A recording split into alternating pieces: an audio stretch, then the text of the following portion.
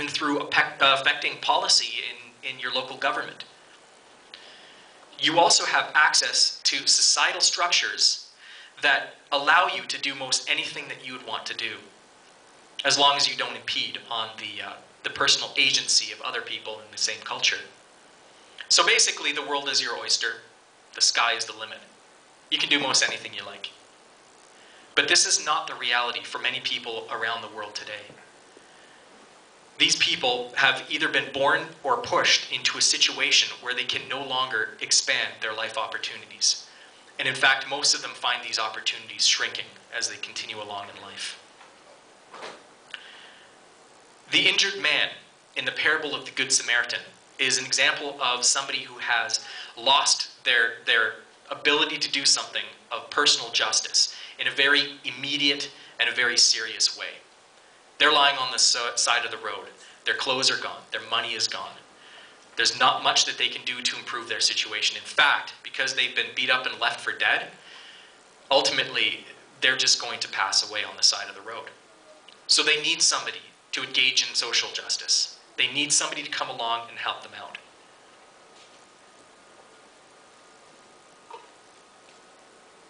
It's one of the problems with using a computer. It's telling me I need to restart due to updates or something crazy like that. Don't worry, I'm not going to do it. I know what to tell my computer. So as I said, these situations, people lacking people lacking agency, the ability to address their personal injustices, exist around the world. There's examples of them. How about refugees from war-torn countries, still dealing with the horror of loss, while at the same time having to start a new life from scratch in a completely foreign culture? Or how about people from low income who are not able to afford education for their children, and so they perpetuate the cycle of poverty? How about the homeless who are looked down upon and are barred from the very places, institutions that could help them most? Or how about physically and developmentally handicapped who are relegated to institutions, pushed to the side, neglected, and not given the opportunity to live a normal life? How about the incarcerated that are left to fend for themselves in the concrete pen, and in some cases have any reasonable human right denied them? What about single moms, unable to pay bills and also spend the time required to raise emotionally healthy children? These examples exist around the world, but they also exist in our own society as well. They exist in our own hometown. I want to tell you a story about Vivian and Catherine. Now, I direct an organization called Project Hope. We help widows and orphans in southern Africa, most notably in Zambia and Tanzania. So I met Vivian a few years ago, and you can see her picture here, and that's her daughter, Catherine. Vivian is a widow. She lost her husband several years ago, and so she has struggled to raise Catherine, her older daughter, and also a younger daughter. What's particularly difficult is that the girl pictured here, Catherine, from birth has had some pretty serious developmental issues. Nobody knows exactly why, but she was unable to speak for several years. She was unable to walk. Essentially, she sat on the ground and watched other kids play around her. This obviously broke the heart of her mother, Vivian. And she did everything she could within her small power to make Catherine's world a better place. But it was a struggle. In fact, she had to give her younger daughter to a family member to take care of so she could devote more attention to Catherine.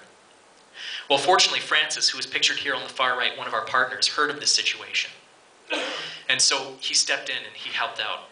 And through Project Hope, we've been helping Vivian and Catherine.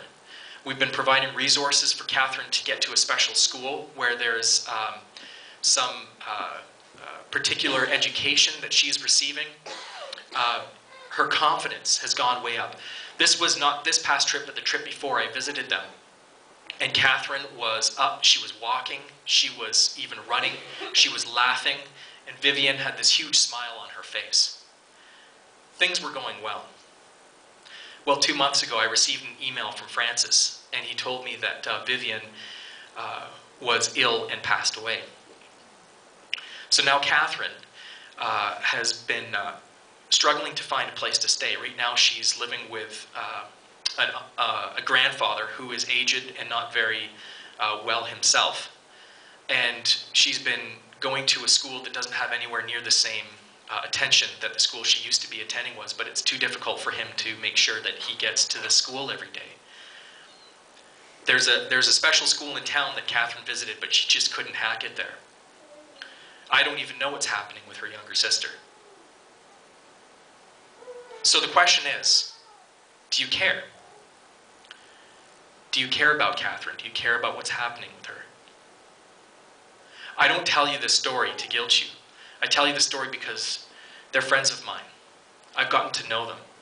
So this is a situation that's very near and dear to my own heart. But does it touch yours? What does go through our hearts and our minds as we interact with people who obviously do not have the same ability to adjust, to address issues in their own life? What happens within us when we do that?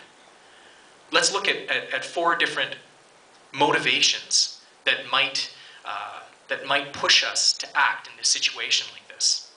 We're going to look at 4 of them. 3 of them are good in the sense that the end result is that something happens, but they have dangers that are associated with them. And then the last one, well, we'll look at that when we come to it. So the first one is guilt. This is something that Kevin also mentioned in last week's service. You know, when we see those late night television commercials about children with flies around their eyes and bulging bellies, do we want to change the channel? And some of us do, because we know that our life situation is so much better than theirs. And that makes us feel guilty. And so for some people, that's enough of a motivator to get on the phone and to give this organization their money. Because they know that if they give $30 a month, they can feel better about themselves. That's guilt. Again, at least something's being done, but you know what? At the heart of it, if guilt is our motivation, then there's a problem because it's ultimately selfish. We're taking a look at this morning at what it means to love the forsaken. And if we're giving to make ourselves feel better, is that loving the other person, or is that ultimately just loving ourselves? It's selfish, and that's a problem. So guilt is one. But the next one actually takes the other person into account. It actually feels for them. It desires to see their life situation get better, and that's pity. We pity the person. Now, again, the end result is that this person receives help. And pity actually does concern itself with the other. The problem with pity is that if it's not carefully watched, it can lead to condescension.